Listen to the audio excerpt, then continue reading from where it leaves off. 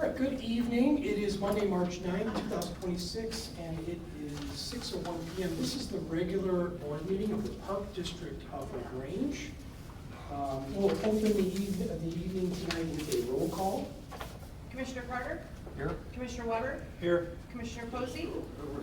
Commissioner Beer? Here. President Opeth? Here. So for an introduction, thank you for coming tonight. I'm glad to see so many people here in the audience, and we're always encouraged when we have residents here, so I look forward to maybe hearing from some of you later this evening. At this point, I will ask, are there any changes to the agenda?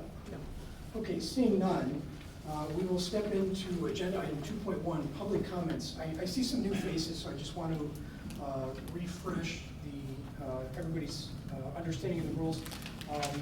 So we do allow public comments. We'll put a microphone at the podium for you if you'd like to make a statement. As this is public record, we ask that you please announce your name and address to be recorded in the minutes of the meeting. Everyone is given 3 minutes time, so please try to keep your comments to 3 minutes. We do allot 45 minutes in the evening for comments. So with that said, I would love to open the floor and let anyone that would like to make a comment address the board. Particularly, I'd ask you to address myself. And also, just a reminder, it's not a QA session. This is an opportunity to raise your concerns with the board so that we can hear what's on your mind. So I'll open the floor. Hi, Margaret Sidlow, 720 East Avenue. I just wanted to express my disappointment, sadness, and quite frankly, anger at all of the trees that have been removed at Sedwick Park. When this plan was discussed last year, it was my understanding that it was going to be minimal taken down of trees. I don't consider 20 to 30 trees minimal, and I was very disappointed and saddened at the actions of this board, that you weren't better stewards of the beauty and the shade and just the integrity of the park. So I just needed to come and tell you that. That's it. Thank you, Margaret.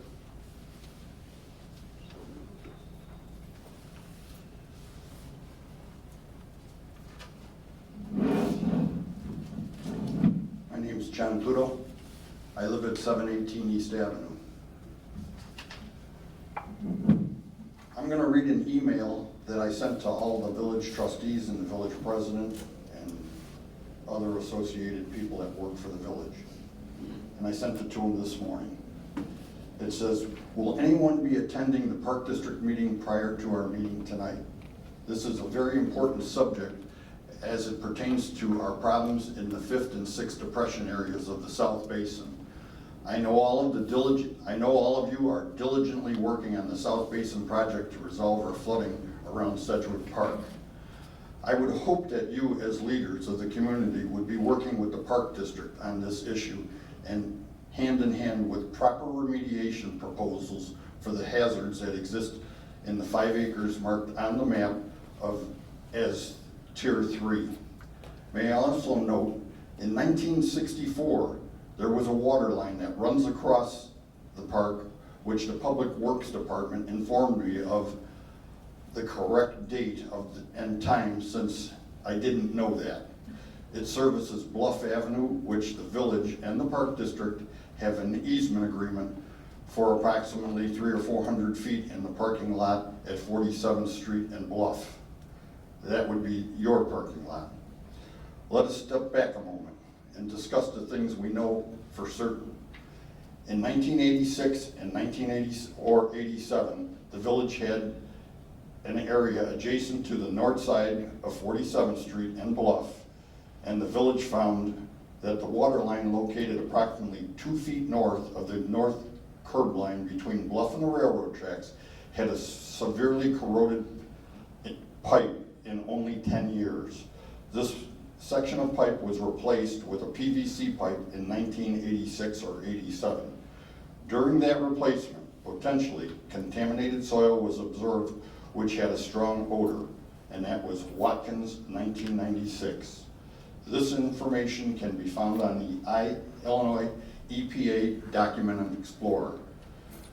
A remedial investigation plan of the former Grange gas manufacturing plant site at 47th and Bluff was provided by Huff and Huff Incorporated.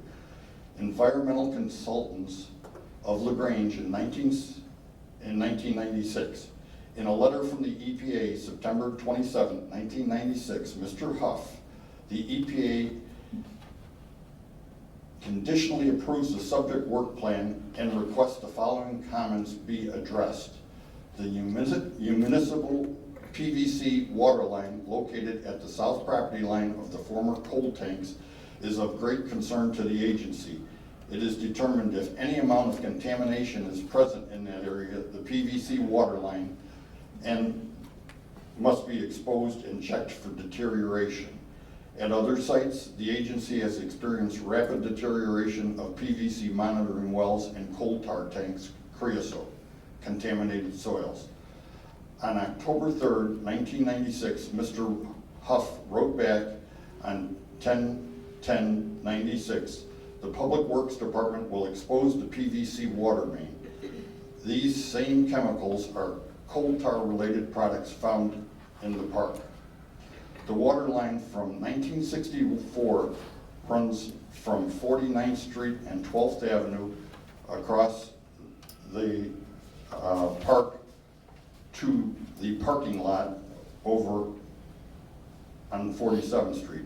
And it appears close to TSC 24 and TSC 16 soil bores, which were found to be contaminated with 4 different benzocontaminants, and additionally with lead and mercury contamination. Has the LaGrange Village taken these matters into consideration for the safety of their municipal water lines feeding Bluff Avenue? We know the EPA stated back in 1996 about coal tar wastes and steel and PVC deterioration. Are you going to be proactive and address this issue with the Park District before they do their EPA minimum requirements and go along their merry way with their project? Thank you, and I will pursue this matter with the proper agency and release my information to whatever outlets I have to make sure that the EPA gives this project a clean bill of health. The bottom line here is we have a 61-year-old pipe running across your park, because it ain't our park anymore. You guys make the decision on it. So we've got a 61-year-old pipe sitting on a bed of benzenes and coal tars, and heaven only knows what else is there. And it says so in all of these Huff and Huff reports that are related to the gas plant, okay? And nobody wants to take any initiative to fix the infrastructure that's running across that park. You people are gonna go and redo this whole park. We got a 61-year-old pipe sitting on a questionable piece of earth there, and nobody seems to want to do anything. There's nothing in the budget for this project with the village for this year. How are you guys going to proceed with this project? It seems like we don't have any planning at all between you people and those people. Thank you, John.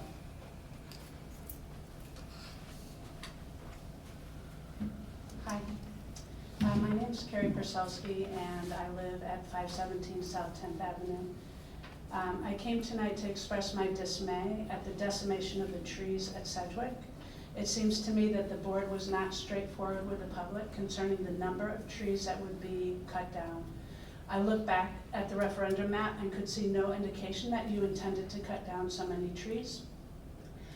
I have read that you must remove trees because of the contamination. In addition to those trees, it says on your website that, quote, a small number of additional trees will be removed. 22 trees have already been cut down, and 33 more have ribbons around them, indicating that they will be cut. You cut down perfectly healthy trees that were planted by a previous LaGrange Park District board 10 to 15 years ago. It's my understanding that trees reduce flooding, and that we can expect a worsened problem with flooding as a result of losing 55 trees. If it's true that you could not save the trees in the contaminated area, I wonder that you did not revise and decrease the number of trees you plan to remove so that we would not lose 55 trees from our park. In conclusion, I will repeat, I came tonight to express my dismay and my sorrow at the decimation of the trees at Sedwick Park. Thank you, Carrie.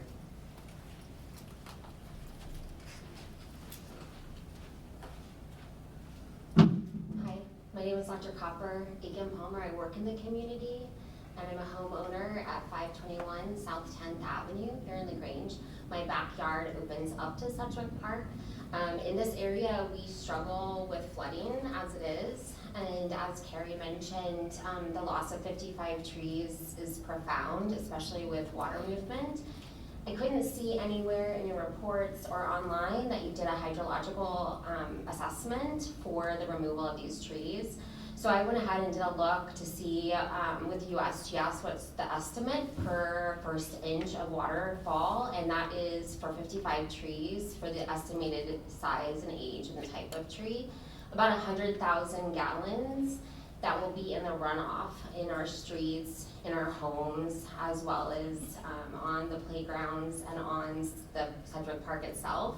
This is pretty dramatic, especially in an area where we already struggle with flooding in our community. So on Saturday, I got a flash flooding warning. That was 0.8 of an inch. There was standing water out there. We see standing water out there pretty regularly.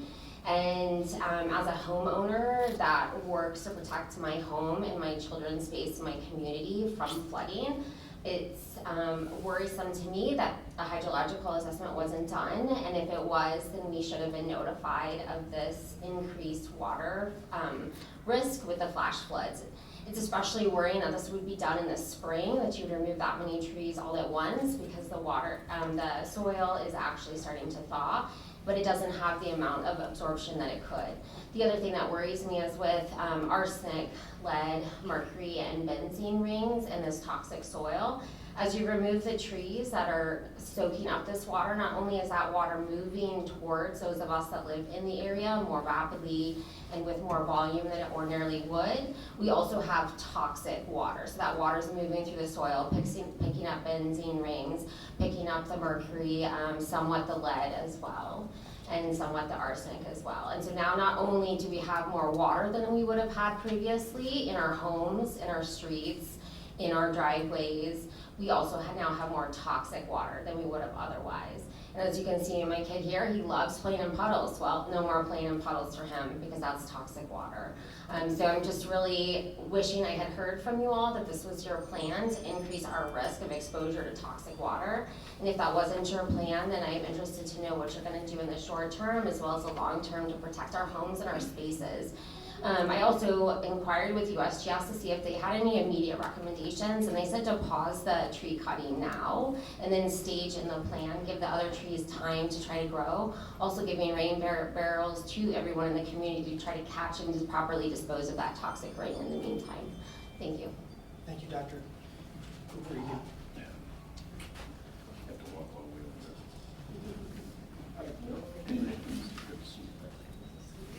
John? Hi, my name is Bill Ingalls. I'm live at 621 South 10th. I've been a resident there for 58 years, and I've been past president of the LaGrange Little League, LaGrange Junior Babe Ruth, LaGrange Senior Babe Ruth. I was a park board member about 1,000 years ago with Fritz Plotman and the boys. And I agree with everything that's been said here. Sadly, seeing the trees go, a lot of them were not very large when I moved in. And, but I'm in accordance with what John was talking about. I'll just get at what I really, my main concern is, I'm a resident of LaGrange. I'm pretty proud of that, except for when we run a tournament in our park, and if there's a rain over an inch, the visiting people are coming to LaGrange and from relatively nice areas. And having been a baseball coach for 30 years, I've been in almost every park in the western suburbs, and this is the worst, sadly. We'll have games in the park, and the fields are okay. But the surrounding area is underwater, so people come to our park and stand in mud and water and watch Little League games. It's downright embarrassing, actually. I personally have, when I was on the board, and we would have guys who went out there and got the drainage done and all of that, but, and I talked obviously to Fritz and whoever else was around. I talked to Little League, but nobody seems to want to do anything about that. If you're gonna fix the park, understand that it's just not for us.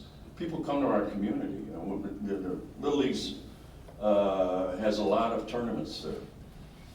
And it is downright embarrassing to see people wading through stuff, standing in water, watching their children play softball or baseball. So really, maybe put a French drain in there or something, or whatever John has to, you got any plans for that, John? So, you know, as a guy who gave thousands of hours, basically, to the Grange Park District, it doesn't seem that you really understand the problems. I don't know if any of you have had children, have any of you ever had anybody associated with Little League playing ball there? And seen what those fields are like after just a minute amount of rain.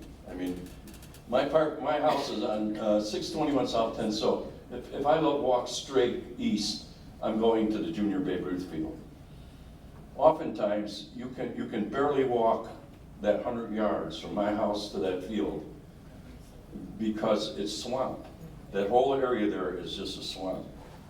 And this is a continuing thing for the last 30 or 40 years. So maybe, you know, those sort of thoughts should have been considered, or having people explain to them what that park is like and the usage of it. How many people are out there trying to play sports there and they can't. So anyway, if we're not at the point where you can't make an adjustment, I think we're in trouble. If you can make an adjustment, try to make the 49th Street end somehow or another French drain it or something, connected to a sewer and get some kind of relief from the flood situation in that park. And by the way, I won't be around to see the end of it, so. but push forward and hopefully you're here 58 years from today saying to people, yeah, that park district did a good job fixing that. Thank you, Bill.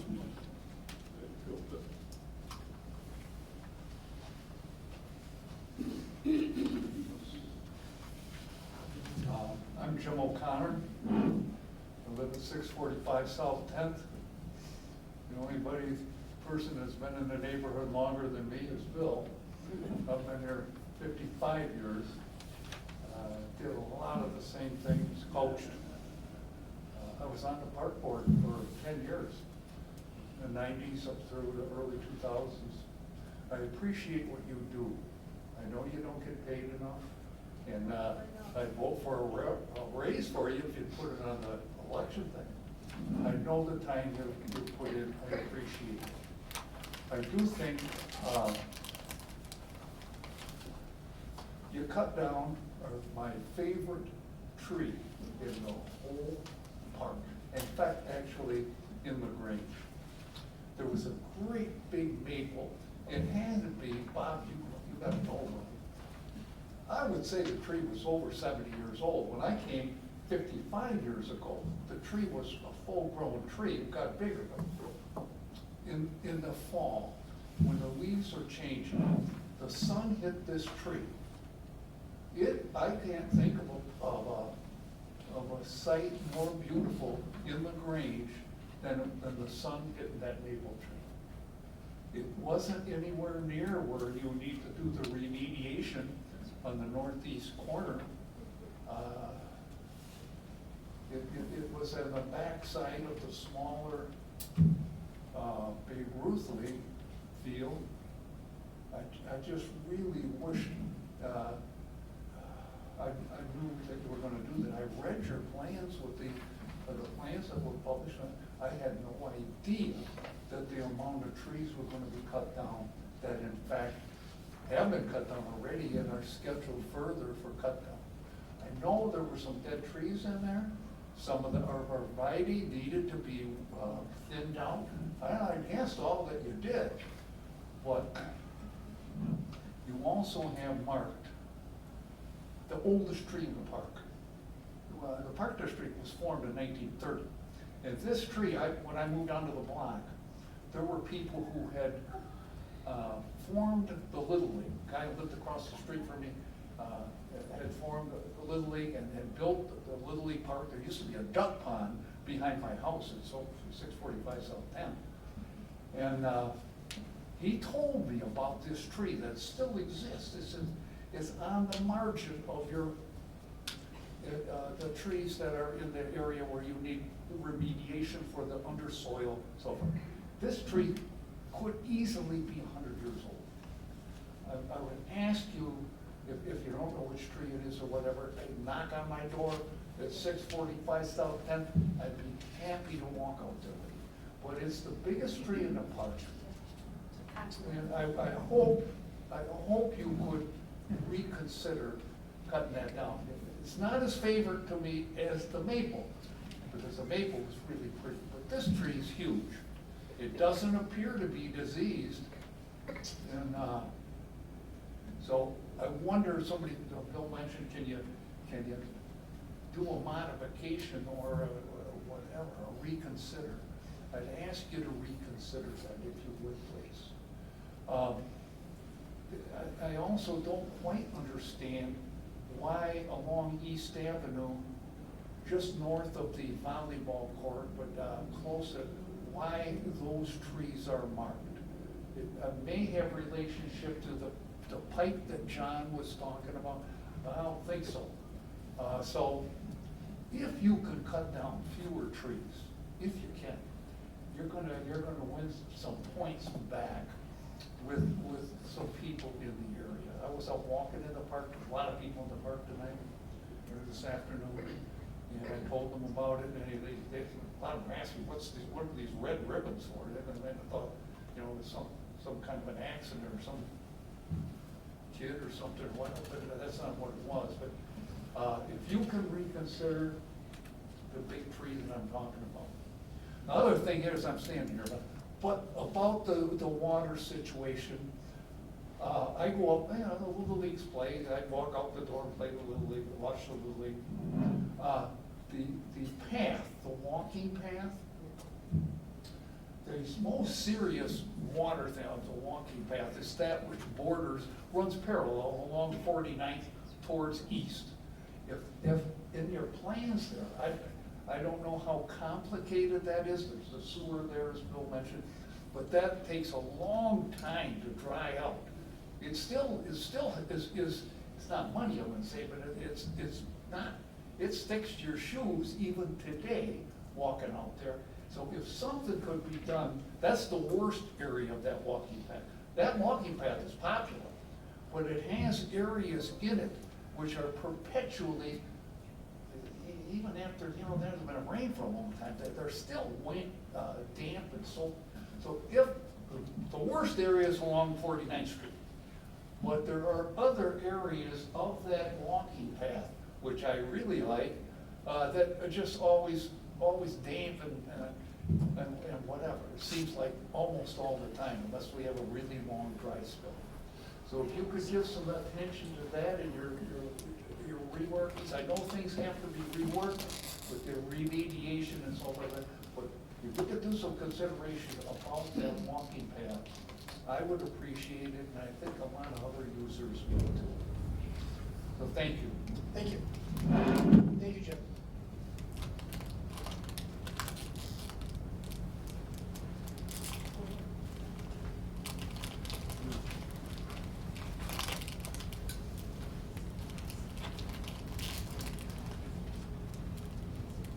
My name is Norman Madsen.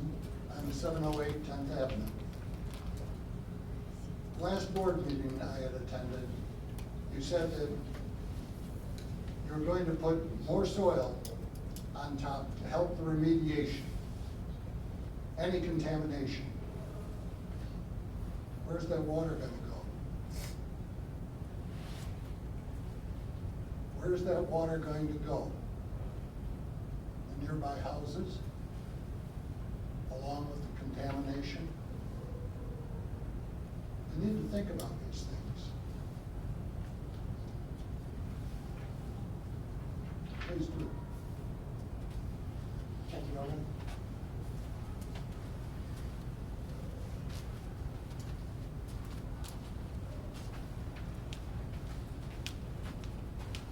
Hello, I've come here to the fort. Marty Killick, Secretary for AOSO 300 Region, Riverside resident. We are a month and 4 days away from our opening season for spring season. And again, just wanted to talk to the board. Thank you very much for all that you guys do, for all the help you provided us up to lining up the fields for upcoming season. Just wanted to, again, plug AOSO 300. The 6 principles that we have for AOSO 300 are balanced teams, everyone plays, good sportsmanship, open registration, player development, and positive coaching. So we'll be exemplifying those principles with our kids. I think there's close to like 2,800 children registered for the upcoming season. And again, we all at AOSO 300, we are all volunteers. None of us get paid, and we dedicate our time and energy to ensuring soccer for the kids. So again, thank you very much, guys. Thanks, Marty.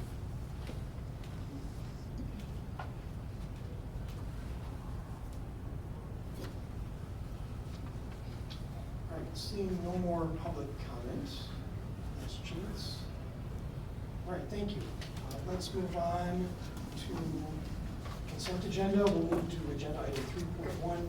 I'll ask for approval of the minutes of the regular board meeting dated February 9th, 2026, approval of the minutes of the executive session meeting of February 9th, 2026, approval of the financial reports dated February 28th, 2026, and approval of the consolidated vouchers for March dated March 9th, 2026.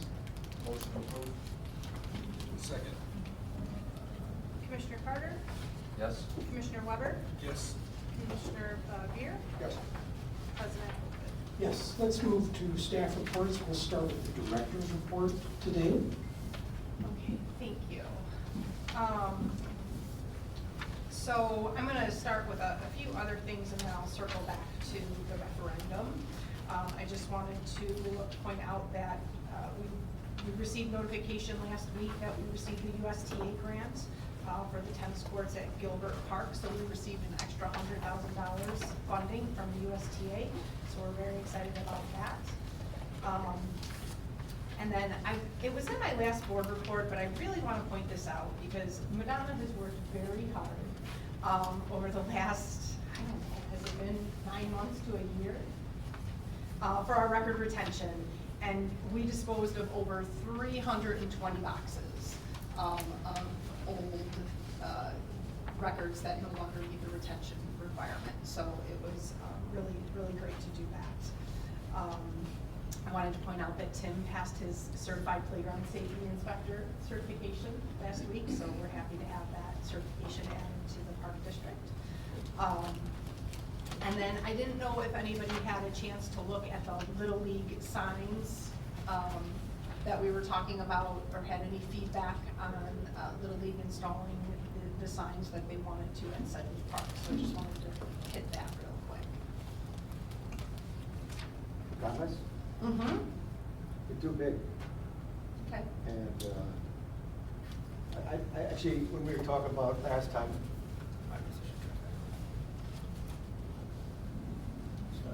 I did not realize they were going to be on top of the batting cages. Yes. Which would be 5 foot of height above the cages. You could see it from the corner of East Avenue and 47th and everywhere else in the park for that matter. I just think it's way too large. Okay. Any feedback? I just wanted to add a comment. So just so everybody knows, we're talking about a request to put up a sign that's 21 feet long, which is about 3 tables, I think, and 5 feet tall. And to me, that feels a little bit like a billboard, and I'm not sure we should have such a billboard in the park at this point in time. My other concern is if we put up such a large sign, would we not be inviting other organizations, no disrespect, like ASO, to also request a 21 foot by 5 foot billboard, or Celtic soccer, or we're going to be doing some NHL sponsored, street hockey. So I think it could open the door for other people to request large signage in our park, and I don't know that our park our community would want to look at large billboards, so. Oh, yeah. I think it's too large. And so, just so the community knows what we're talking about, sorry if that's, my apologies there. They're 5x7 signs that have like kind of a history of who won different, like U10 won the championship, different accolades that they wanted to post.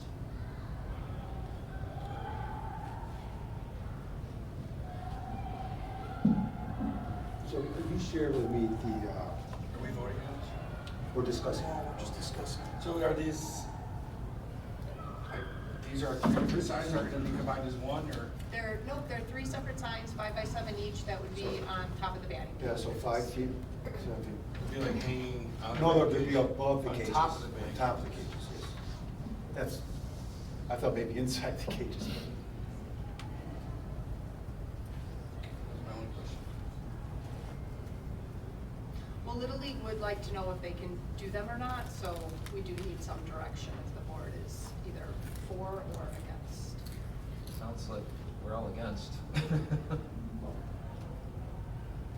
you comment I'm trying to picture how big they're, Well, three different signs? I'm 5'8". It's gonna be basically as wide as one of these tables and 5 feet tall. One of those, one. Batting cage is big. No, this is on top of the batting Yeah, cage. I mean, The batting cage is what, 8 to 12 feet, somewhere in that range? Probably about 8, 7, Yeah, so you Tall. got, yeah, tall. No, it's higher, it's way taller than that. Yeah, because it's got some height to it. Yeah. So figure if it's 12 feet, And it's. and then this is gonna be on top of that, it's gonna be near 20 feet tall. It's at least 100 feet long. Right. Can't envision it. I'm gonna be a minority vote anyways. Dissenting, maybe, but I don't, I think there should be I think signs like this are cool to be somewhere. I see them at other fields. I don't know if they're smaller and they go on the building that's there instead of the batting cages. But this type of signage is really cool. It talks about the history of Little League and their achievements in the district and state tournaments, so. Maybe they'll come up with a different idea. Okay, I can let them know that the board felt maybe they were too big and to see if they have a different idea and location. Does that sound I'm fine with that.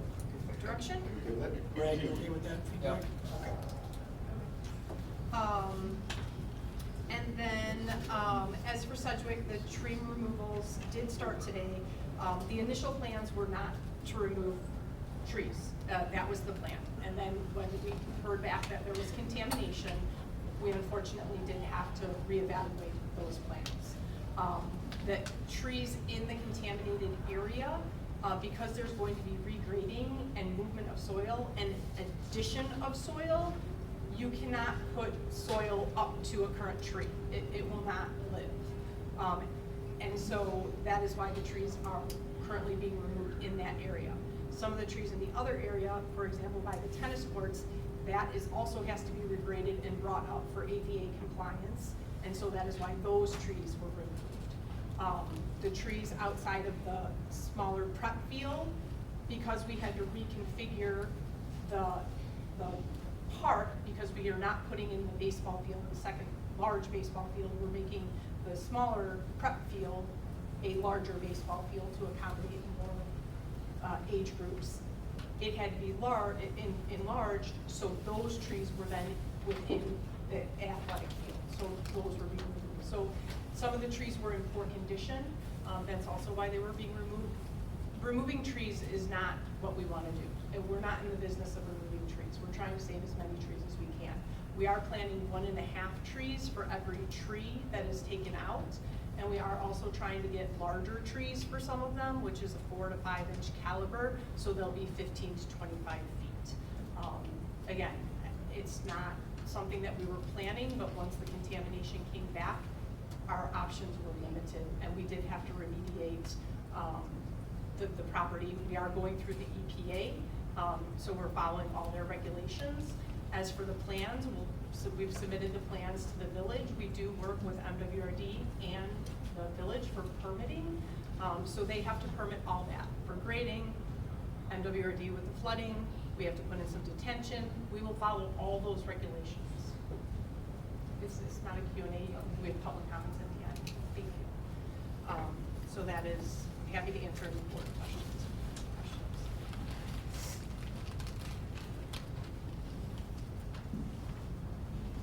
Okay, if there's no questions for Jenny at this time, let's move on to the Director of Finance and Human Resources. Jamie, would you like to provide an update?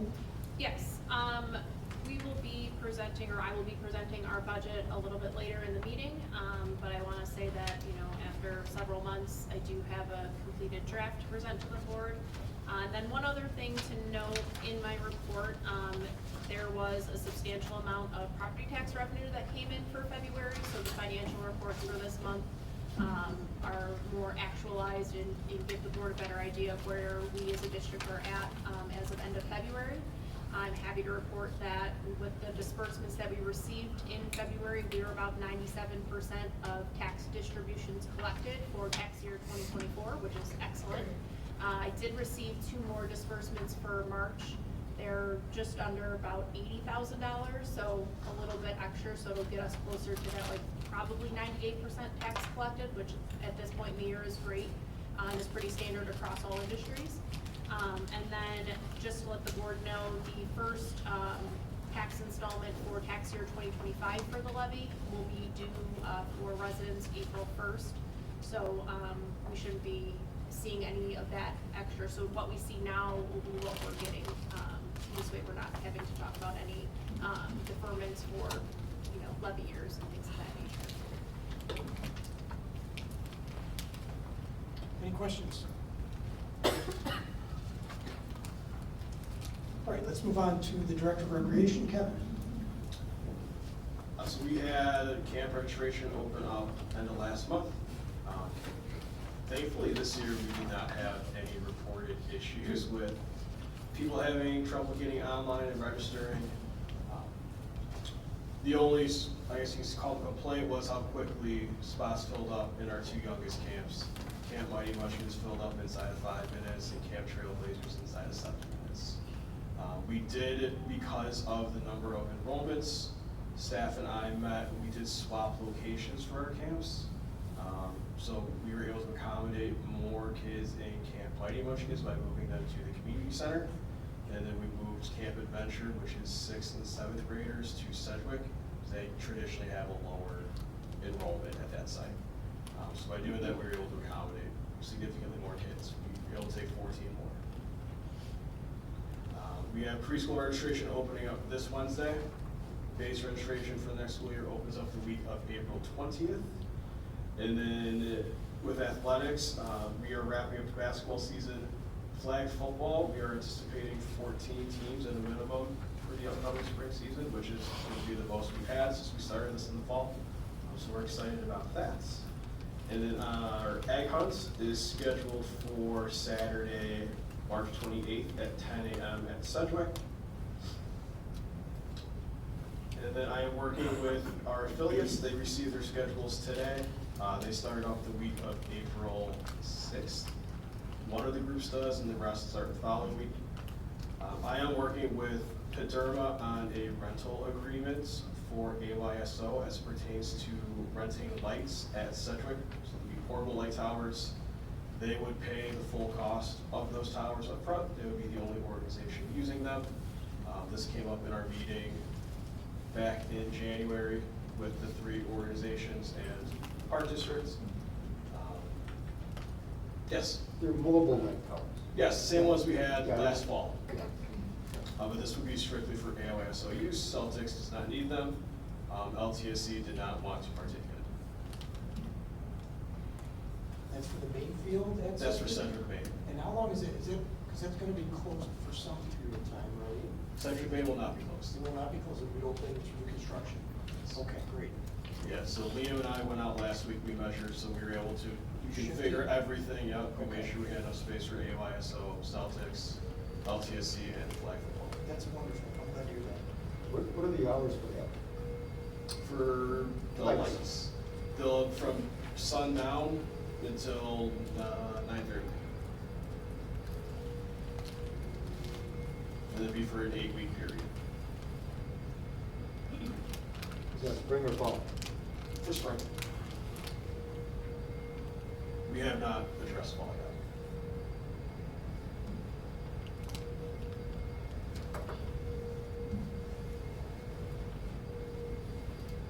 Additional questions? I got one more question.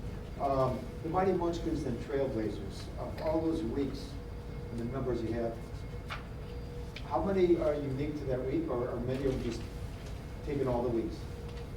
Or many of the weeks? I can run an actual report and get you that answer, but to ballpark it from historical, we usually have about, it's 80% returning week over week. Okay. You don't have to write for it. It's a quick report, I can run it right. I can get you that answer before I leave tonight. That's just, you know, that's, I just want to get the range.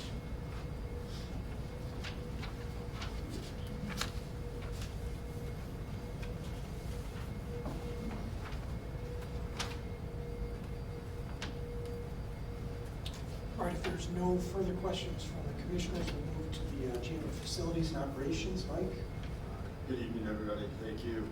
So relatively quieter month. I just wanted to highlight a couple of things from February from the Grange Fitness.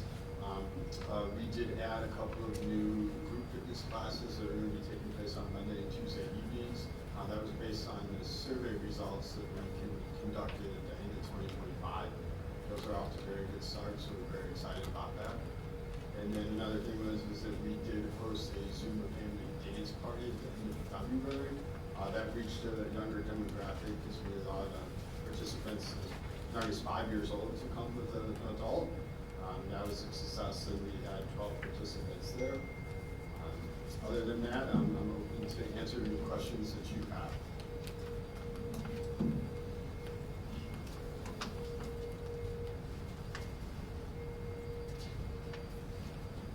How many people can you accommodate in those new Monday and Tuesday classes? Is that like 15 So or those something? ones can take up, so the Pilates class will match what the regular one was, that the Albany Monday would be on Thursday.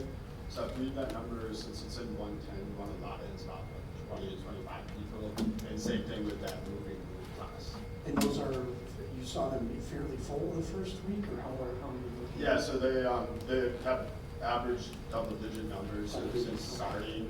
So we continue to monitor the numbers. It's just, it's been off to a very good start. Anytime we see a class that's new achieve double-digit numbers within the first couple of weeks, that's great. Because what will typically happen in group fitness, people will start to hear about it as we market it more, and then they'll start attending it more frequently, and we see the numbers go up. Well, I just want to say I'm glad to see the double digits in the first couple of weeks, because I've gotten a lot of emails. People are always concerned about classes, changing classes. I understand if you lose your favorite class, it can be not a great thing. And you're disappointed, and I know we've always been trying to adapt to what the community is requesting. So if we're already seeing double digits, that tells me that those classes are obviously speaking to the residents that want to use them, so I'm excited to see that. Yeah, that's always the thing, is it kind of takes some time to get that following going with group fitness, and when it's off to that great start, you kind of hit the nail on the head there, Brian, so that's great. Yeah. Thanks, Mike. Additional questions?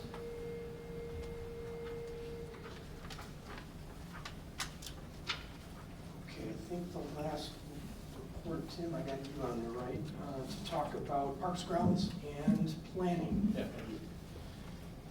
So staff have been pretty diligent about spring cleanup when we have weather like today. Obviously, the parks are a little muddy, and that's true of all of our parks. Things are pretty squishy, but days like today, the guys are able to do things like just general picking up litter that has accumulated over the winter, leaf pickup that didn't get done, maybe cutting back perennials. We've got the tennis nets up in our parks. We'll be putting bleachers out shortly. For whatever reason, last couple weeks, we've had I think a higher than normal rate of like minor playground damage, so they've been diligent about repairing playgrounds when they inspect them and notice things that are damaged. Davis Tree has completed, or is about to complete, rather, some pruning that was done in all of our parks. So just to clarify, Davis Tree work is separate from the Badger Tree service that you are witnessing at And so Davis Tree, it did a few removals. The removals that were done by Davis were all high-risk trees that would be probably have some level of failure in the next year or two. So one of them was like a Norway maple that had a chain lodged in it that, that's a branch that would be several thousand pounds that could fail unpredictably. Ash trees that had been damaged by emerald ash borer several years ago. So all of the rules that were done by Davis Tree, personally looked at by me and did pose threat, were in decline. But they did a really nice job of limbing up a lot of trees, and that's not just at Sedwick, that's Denning, Elm, and other parks. And then the only other major thing I've got going on is the preventative maintenance for HVAC. So we solicited a couple proposals for preventative maintenance for all of our facilities for heating and cooling on our rooftop units.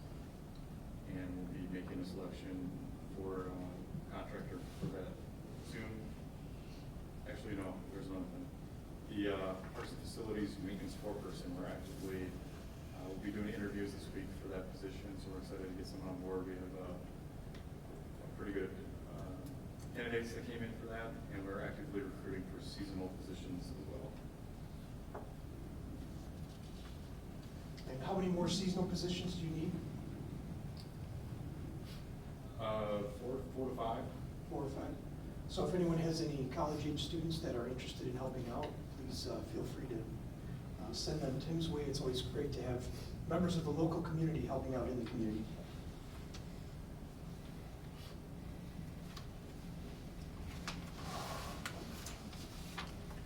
All right, any questions for Tim? All right, let's move on then to action item 5.1, discussion and/or approval of a 3-year agreement with Lauterbach and Neiman for public district or park district audit services. Jenny, I'll let you introduce this one. So Lauterbach and Neiman has been doing our audit since 2011. We are recommending another 3-year agreement with them. They handle a lot of other park districts, so they're really skilled in this area. They do send in a different auditor each year, so it avoids any sort of conflict by utilizing the same company. And they have presented their 3-year agreement for the next 3 years, only going up slightly from the previous number. So our audit this year was $14,800, so it has only increased $1,000. So again, we'd like to recommend utilizing Lauterbach and Neiman for the next 3 years. Happy to answer any questions.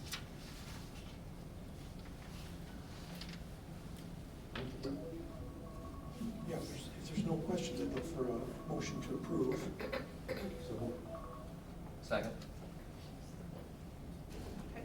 Commissioner Beer? Yes. Commissioner Carter? Yes. Commissioner Weber? Yes. Yes. President Ovid?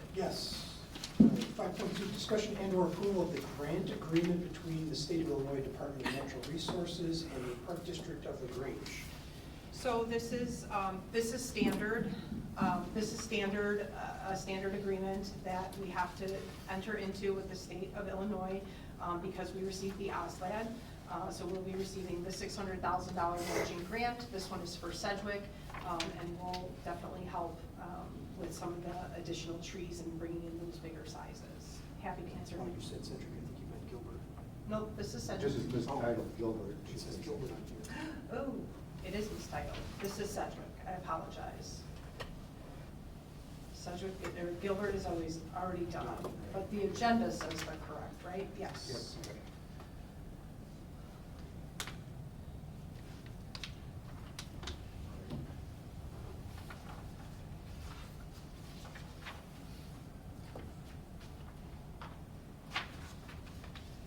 No questions. Went through this already. Fortunately. Yeah, if there's,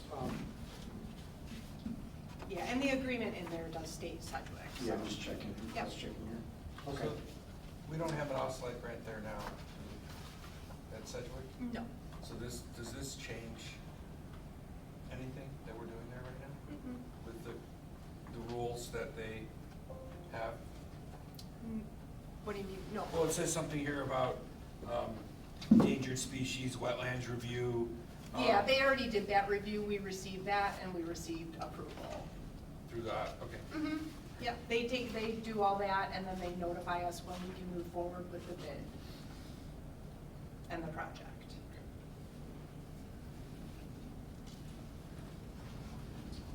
No questions? Yeah, if there's no questions, I would look for a motion to approve the grant agreement between the State of Illinois Department of Natural Resources and the Park District of the Grange, agreement number OS 262712. Motion to approve? Second? I'm sorry, who's that? Who's? Brad. Brett, Bob. sorry. Commissioner Carter? Yes? Commissioner Beer? Yes. Commissioner Weber? Yes. President Obey? Yes. All right, 5.3, discussion and or approval of the Sedwick Park remediation construction management services with White and Company. Okay, so this is, we are already utilizing White and Company for construction management over the referendum umbrella, so they are overseeing all those projects as it is, and we're in an agreement. This is a separate agreement to manage, work with TSC and manage the, just the 4.5 acres that is being remediated.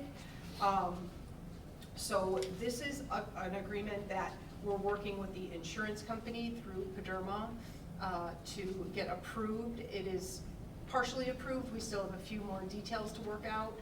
In speaking with Dirk, we discussed how time is of the essence. We don't want to have to wait until April, our next board meeting. So we're asking for approval of the agreement as presented with final approval by legal counsel and the executive director, as there might be a couple modifications in some of the fees. But this is a contract that will be held by the park district, but paid for by the insurance company. The insurance company cannot hold a contract, the owner has to hold the contract. I'm happy to answer any questions. Can you repeat that last part? The insurance company cannot hold a contract with, Understand. we have to hold the contract. But do we have, the insurance doesn't have approval yet to pay the full compensation for the remediation? They've approved it, but we have to get every single thing approved. So this is part of that approval process. They had some questions about some of the fees, so we're just sorting through some of those fees, but they've approved a majority of it. We just need to detail out some of those fees that they had questions on. But the Just insurance. like when someone gets their house burned down, they're gonna approve this, but not the floors, or not Correct. that one wall. Yes, and so the big kind of sticking point is, it's not for capital improvements, it's for the remediation. And so, because we had an That's what the- ongoing project, yes, there's some fine points that we need to figure out. Okay. So,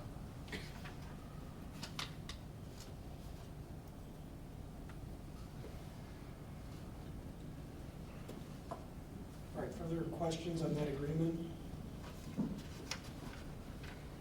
All right, I'd be looking for a motion to approve that.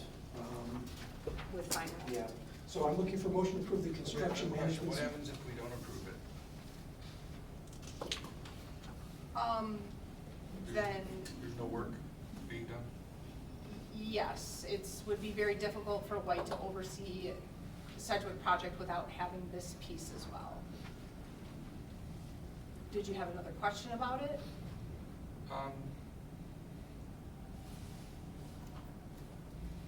No, I'm just thinking a lot about the trees and the decisions we made. And would this delay that? If I voted against this, would we have to wait till the 20th to move forward? Well, the trees still need to come out. Okay, but without this, they have to stop work? No, No? Okay. no, it's just who's managing it at that point. Thank you. So what?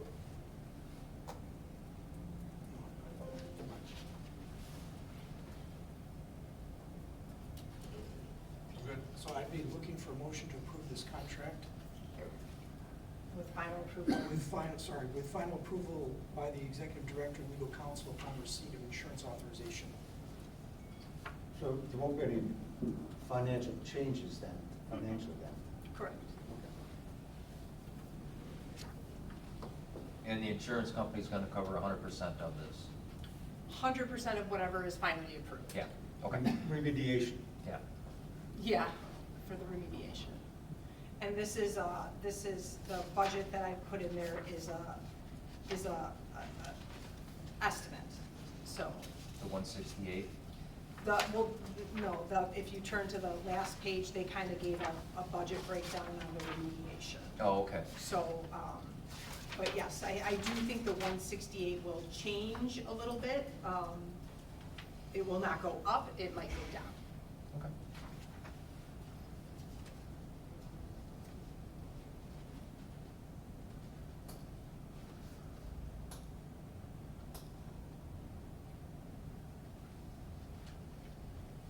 So All right, I've got a first, Commissioner Beer. Second. Commissioner Veer, yes. Commissioner Carter, Yes? Commissioner Weber, No. President Open. Yes. All right, we'll move on to board business 6.1, first reading of the general operations budget and capital budget for fiscal year 2026-2027. This will also allow the budget to be put on display for the minimum required 30-day period. I'm going to pass it to Jamie. So yes, I will be kind of going through an overview of the 2026-2027 fiscal year draft. There are some copies over there if people wanted to go follow along. Go ahead. This is a combined operational along with capital budget as well, as you'll see as I go through the presentation. The first page, or a couple pages, is just budget implication, kind of giving budget assumptions and kind of a definition of what each of the funds, how they act. So not getting into that too much, I do want to kind of just jump right in because numbers are exciting, to me at least. So you'll see on page 123 of your packet, it is labeled fund balance projections. It gives you an estimation of where I believe we're ending, or where we ended fiscal year 25, where I think we're going to be ending this fiscal year as of April 30th, as well as all the figures kind of flowed into here and where I think we're going to end up for fiscal year 2027 for fund balances. As you can kind of see, fund balance from 2026 fiscal year to 2027 fiscal year is, I'm projecting it will be up, which is always great news. And then I will get into kind of the details and highlighting, you know, some bigger things as we continue on. The next page is the capital projects plan analysis. I will let the board know that this will slightly change. As Jenny had said in her board report, we did receive an additional $100,000 from the USTA. That is not factored into this iteration at this time. So our bond proceeds transfers from other funds into our capital fund, just based on the fund projections and fund balances. I'm comfortable transferring $600,000 into capital for this 27 fiscal year, and then other sources. That includes the $600,000 for Gilbert Oslad, the $600,000 for Sedwick Oslad, as well as our $250,000 for our DCEO from the senator that graciously gifted us that money for improvements. That does not include that $100,000, so I will present an updated final budget for the board next month. Kind of quickly going into capital projects, we do have contingency that includes like a $50,000 base contingency, and we slated some $10,000 in for park fencing, $5,000 for photography of our parks with all of our referendum updates coming to completion and fruition here shortly. It would be nice to have some new photography to use for our almost completed website, which we'll see at the end of this year, as well as any marketing materials, so it'd be nice to have a refresh. going further down, roof replacement, it does say partial. So, we're doing the rec center roof in sections, just because total completion for roof is not feasible as a whole, so we are parting that out. And then kind of going down, just some server replacements, like infrastructure, athletic field light replacements, that is slated at 500. That is potentially subject to change. I will have that firmed up again when I present our final budget. But that $500,000 is partially coming out of capital, with the additional 400 potentially coming out of referendum dollars. We're just meeting with White and kind of finalizing the last few projects that we're able to get in with any referendum dollars. So that number potentially could change, but I will keep the board abreast of that at next month's meeting. Playground repairs, we're doing some more HVAC replacements, as like I said, infrastructure is aging. We do need to start looking at those in the next couple years, doing a few every year until we're in a good place again. Some equipment, field striping machine for our athletic fields, some playground surface repair, and then you do see that I do have the 1.2 in there for both Gilbert and Sedwick Oslats. And then there is some asterisk items there, and that denotes carryover money. So our website will not be complete by the end of the fiscal year, so that $13,000 will be carried over from this fiscal year into next for the completion of that project, as well as phone system replacement. With as many moving parts as we had this year, our complete phone system replacement that was scheduled for this capital year, 26, didn't have the opportunity to get done. We are needing to get that done again for aging infrastructure, so we did carry that money over into FY27. And then obviously our referendum projects are not closed out, so those are carryover referendum dollars. So total capital projects looks a little daunting at that 12.5 million, but again, please note that 8.6 of that is referendum dollars. So then, if there are no questions on the capital projects analysis, we can kind of cruise on over into the next few pages, are kind of where we're at with our capital plan. So you'll see 26, there are highlighted areas which shows what are currently in progress for this fiscal year and what projects have been completed. So we just wanted to give the board an update. You know, it's a kind of a reminder, because we don't often visit capital projects every meeting. If we're lucky, maybe once a year, unless something comes up. So I wanted to give the board an update of where we're at for this fiscal year, and then I did include our next subsequent years of capital projects. Note that these are all drafts, and they can and probably will change over the next few years, but this is kind of where we're looking at you know, what things might need to be done in the future and kind of projecting that out. So we're kind of sitting in a good place in the years to come. So you'll see 27, 28, 29, 30, and then finally 31. So I like to give the board a 5-year projection out of where capital projects may be. And again, this is not comprehensive and all-inclusive. After that, there is labeled analysis of projected budget, all funds excluding capital. This is more of a summary page, so all of my detail pages flow into the summary page. So I won't get into detail here. I will get into detail on the actual breakdown pages. So the analysis pages of summary of operating funds are 2 pages long, and then on page 133 is the capital project fund page. It's the same thing I went over, just kind of in a summary versus the project analysis that I gave the board. Following that, on page 134 is our drill down sheets of our department budget for admin. There are a few things here. I won't go line by line and bore everybody. Please stop me if you have questions, because I unfortunately or unfortunately know this like the back of my hand. But I will just give the board a few key points that I want to point out.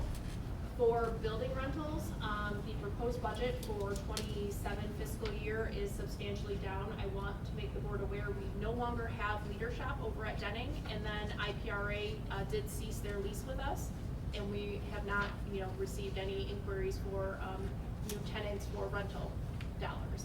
We do have space available, and Jenny has been in contact with the school district as they're having some updates and upgrades. It's a possibility, not a guarantee, that they may be interested in renting out some of our office space.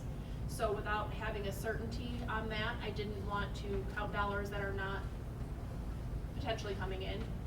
So I do like to present a realistic budget. If we do get some interest from outside entities such as the school district for renting some of that office space, that $18,000 will obviously go up. And then our other revenues are down slightly because of all of the referendum projects. We will not be hosting Country Jam that we have done in the past, so there will be no revenue coming in from that. And we are just receiving less dollars in replacement taxes.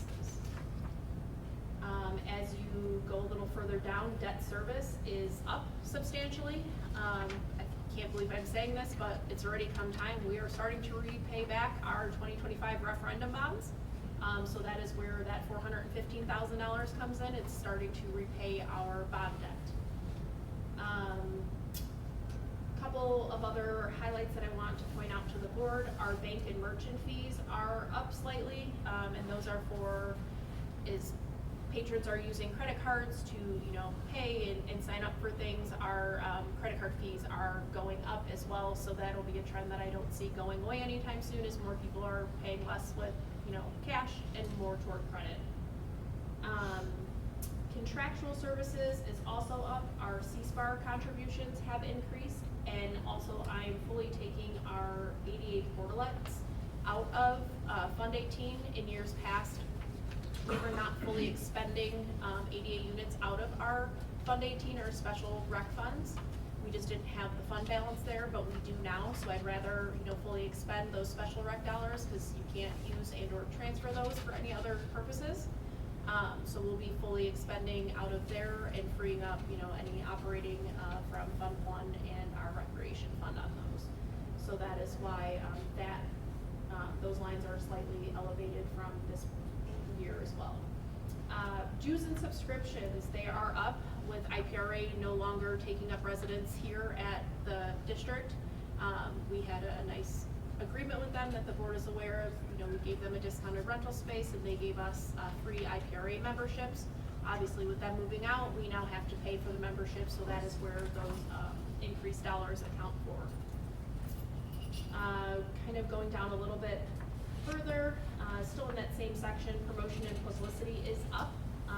We are looking at getting an in-house printer for some of our poster boards.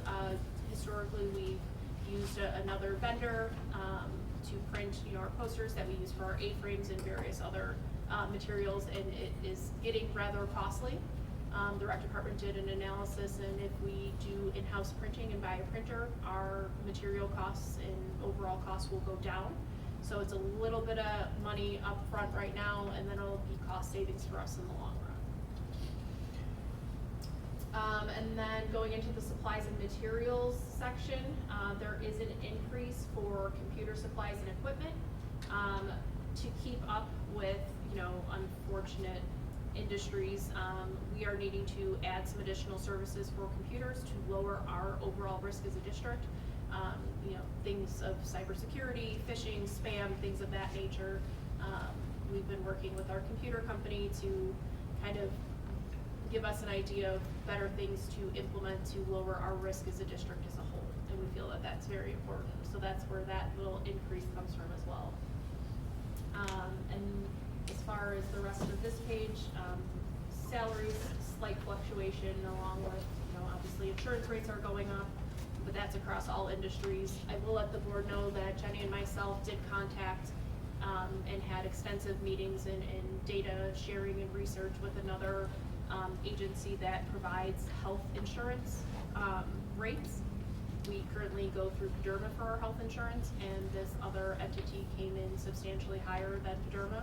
So, like I said, with everything, health benefits wise rising, we wanted to do our due diligence and make sure that we were still, making sure that we were getting the best rates possible. So we did explore that, but happy to say that PDERMA is still our best bet with going through health insurance. But again, they're wonderful, but everywhere market-wise is going up for health insurance.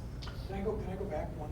Absolutely. Just a question, the transportation costs look like they went up Yes. considerably. What's behind that? So, camp. So, Oh, yeah, okay. because of the school district having their projects, Yep. they're going to be off 2 extra weeks. So we're having 2 extra weeks of camp for the individuals impacted by the later school start for that district. So that is where that comes into play at. Anything else before I cruise into the base budget? Okay. Going into the departmental budget for base, I'm very happy to point out to the board the 26-27 proposed budget for revenue is substantially up by a little over $90,000. I credit that to the rec department and the base staff looking at the way we offer enrollment, as well as the way they've been very strategic about increased staffing. This way we're not having a burden, or their parents are not seeing a lot of turnover in the individual schools itself. They've done a great job of rebuilding that relationship, and where we're now seeing even mid-year, mid-season enrollment, which we typically haven't seen in the last few years, so that is actually great. We're 3/4 of the way through a school year and we're still getting new enrollments in base. So I'm very happy to point out that increase in revenue there. Going into operating expenses, there is an increase with contractual programs that also coincides with that additional 2 weeks of additional camp for breaks for the school district. Our equipment and facility lease is up. We did receive the Archdiocese lease information for St. Francis, and that is where it came in at. It does keep going up. I do believe the Archdiocese is trying to, keep their stake in everything, as well as private school is not always a stable environment, so we are just seeing an increase in our lease there. And then going into software contracts, slight increase. We've been very cautious and conservative with how we've been very reserved in spending as far as laptops and things of that nature with the base program and the kind of uncertainty that we were seeing just in numbers the last couple of years. But again, with how successful this year has been and how successful we're projecting next year to be, we will need a couple extra computers replaced. So we did slide in a little bit of money there. Everything else is pretty standard for supplies and equipment, just slight increase. Like I said, we were being very conservative with what we were purchasing this year, with office equipment and program equipment and supplies. So you'll see a little increase there and a little decrease as well. As far as wages and benefits, nothing really to note. The only one note I will make is under custodians and facility supervisors. That is not custodians, that's actually base staff, so the instructors and the site leads working each of the sites of school. And obviously with the increased enrollment, we'll be needing to make sure that we're meeting ratio, so the increase in wages is comparable to the revenue that we're going to be seeing increased. If there are no questions for base, I will go into fitness. So I just want to emphasize to the other commissioners and to our public, the base has been very difficult in the last couple of years, and what this turnaround is very understated by what has been presented so far. It's a great turnaround. I mean, I think in the past I've been a proponent of just letting it go somewhere else because it was such a pain.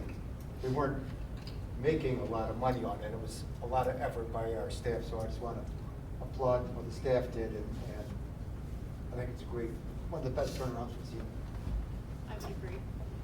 I also want to add here, Rick, I think we use the term revenue a lot, and I don't know that that's,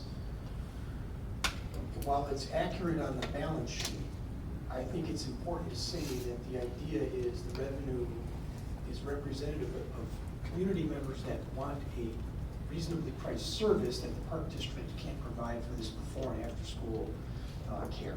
So this service is basically for those parents that need to get to work and want to drop their kids off at the school. And I always get a little shiver when I hear the word revenue, because our goal isn't to be like super profitable. Our goal is to cover our costs and make sure that the community can get help when they need it. So I like to add that.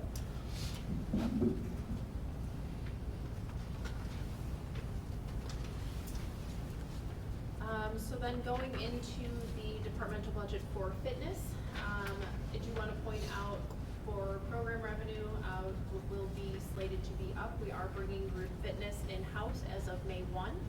So we're looking at seeing an uptick there. And then going into expenses, again, bank service merchant fees are those credit card fees where we are just going to be seeing going up year after year. Yeah, what do you have, Chris? Do we offer any other ways of payment that can mitigate those fees besides credit cards, like Zelle or No. Venmo or? No, that is a little tricky when you're dealing with a business because it does need to be linked and secured, and I tend to shy away from it because it's not always FDIC insured either. Or debit cards? So they are allowed to do like debit, credit payments, but anything that goes through our credit card machine, which would include debit, is charged a fee. So anything aside from cash or check, which we do still accept, will trigger those additional like merchant fees. So how does like the butcher offer cheaper, like I go to Casey's and I get a discount if I use cash or my debit card versus the credit card? How does that Can't work? speak to their accounting, but I will say that we, as a district, we're absorbing all of those credit card fees. We're not passing any of those additional fees on to, our patrons or our members.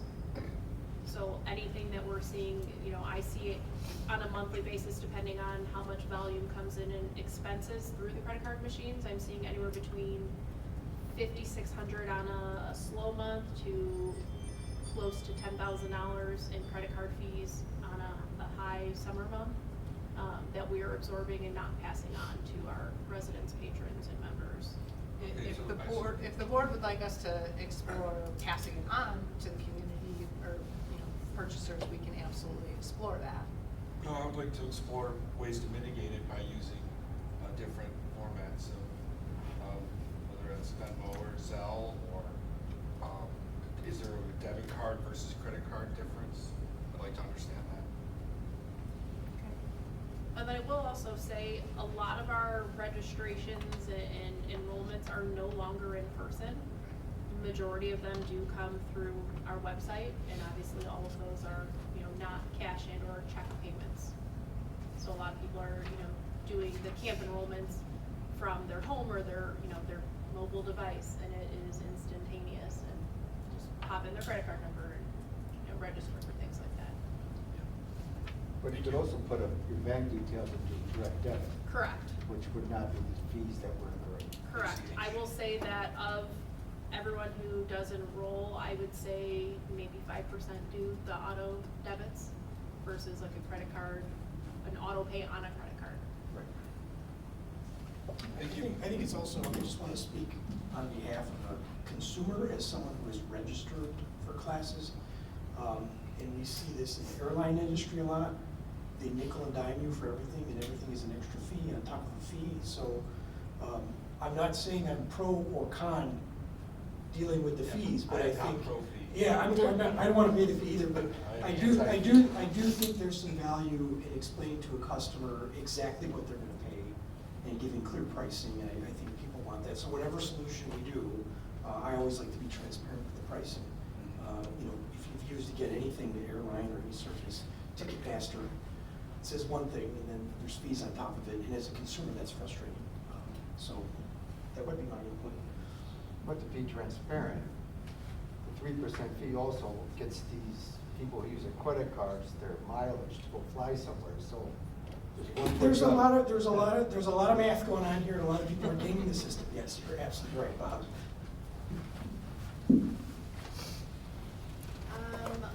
Another change that I'd like to point out to the board